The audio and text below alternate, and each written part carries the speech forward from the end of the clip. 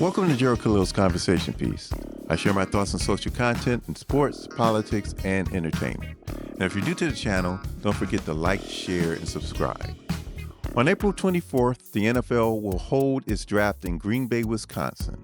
And thus far, on most boards, only 2 quarterbacks are projected to be selected in the first round. That would be Cam Ward of the University of Miami and Shedeur Sanders from the University of Colorado.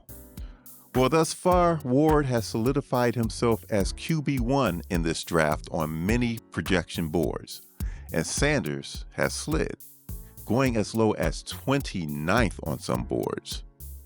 And the question is why? You would think it was about his skills on the football field, but no, it has more to do with his attitude. Now, this is what was reported what Sanders said at the Combine. Let's listen. I've been through 6 different OCs, so I'm able to adjust to any offense and every scheme and make it work. We went from Jackson State to Colorado and changed 2 programs back to back. So you don't think I could come to an NFL franchise and change the program again? It's history. We done it again. It's always going to repeat itself. I'm truly thankful. My dad was able to assemble a staff. He was able to assemble because there's knowledge everywhere. We're able to talk to the running back coach, receiver coaches, defensive coordinators, all these different types of coaches to give you their perspective on what you need to improve on and grow at. So I'm realistic. I know what I need to improve on. I know what I need to grow at. And year by year, cut on the tape, those mistakes cut down yearly. So I'm hyper aware of everything I need to do to be successful. So I'm ready to get to it. If you ain't trying to change the franchise or the coach, don't give me. So you should know history repeats itself over and over and over, and I've done it over and over and over, so it should be no question why an NFL franchise should pick me. You think I'm worried about what critics say or what people got to say? You know who my dad is? They hated on him too. So it's like it's almost normal. Without people hating, it's not normal for us. So we like the adversity. We like everything that comes with the name. That's why we are who we are. So that's what the hate's about? They also didn't like his demeanor. Now, what you just heard was perceived as brash and arrogant by a couple of teams drafting in the first 7 slots. Now, not all of the coaches felt that way, though. The majority said that he was polite, cordial, witty, and thoughtful, along with being very confident, as many athletes are. Now, the people who said this about Sanders, are they trying to get him to drop in the draft so that they can take him? Sometimes those games are played, but this seems a little odd in this case. Now, Baker Mayfield was brash, and some say arrogant, coming out of the University of Oklahoma. But like Sanders, it was simply confidence. Do you want a quarterback who's timid and insecure? Now, Rich Eisen, he had a unique take. Let's hear what he had to say. No, somebody's grinding an axe about what I think is the 21st century college athlete coming into the league, and everybody who might feel this way in the NFL best get used to it.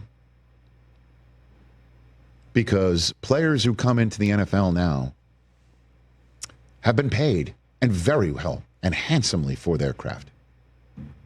And so I understand that you might see a red flag when you see a backwards hat, or you might see 6 figures of bling while the player doesn't work out at the combine, because you might think that that individual feels they've already made it and they don't treat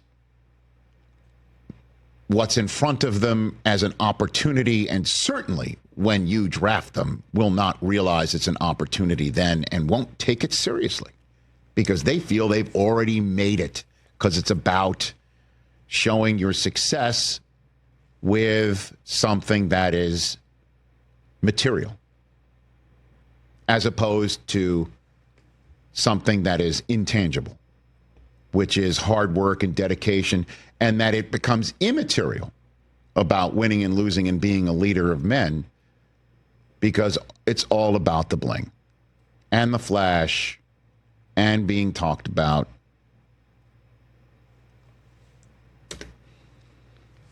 But players who come in now come in as professionals in terms of being paid. Get used to it. Now, that may be part of it, but this is what I think. This is all about his father, prime time, Deion Sanders. You see, Deion has so many haters out there, and it's getting taken out on his son. The coaches who called Shedeur arrogant, they know who his father is. And Deion told you, when he was playing, he told you that he was the greatest. And he showed you that he was the greatest. And you couldn't do anything about it. So if you're a team that has, say, a top 10 pick, don't pass him up because you have an axe to grind with his father, or you think he's arrogant, or because you don't think he's hungry enough because he's already a millionaire. And no, he's never been in any type of trouble. So think about how he will help your team with the skills he possesses on the football field. In other words, can the man play football? Can he help your team win football games? Do your research and scout the man properly. And don't forget, back in 2018, negative things were said about Josh Allen, Lamar Jackson, and Baker Mayfield, and especially Lamar Jackson. They were saying he should be a running back. So, and how did they all turn out? How did Lamar Jackson turn out? So, don't blow it. Because if he goes somewhere else and he ends up great, and your team didn't properly assess him, and you didn't choose him because you thought he was arrogant or because you don't like his dad, then there's going to probably be a bunch of folks getting fired by the end of the 2025 season. Please leave a comment. I'd love to hear your thoughts. Also, don't forget to like, share, and subscribe. I'm Gerald Khalil, and I'll see you in the next one.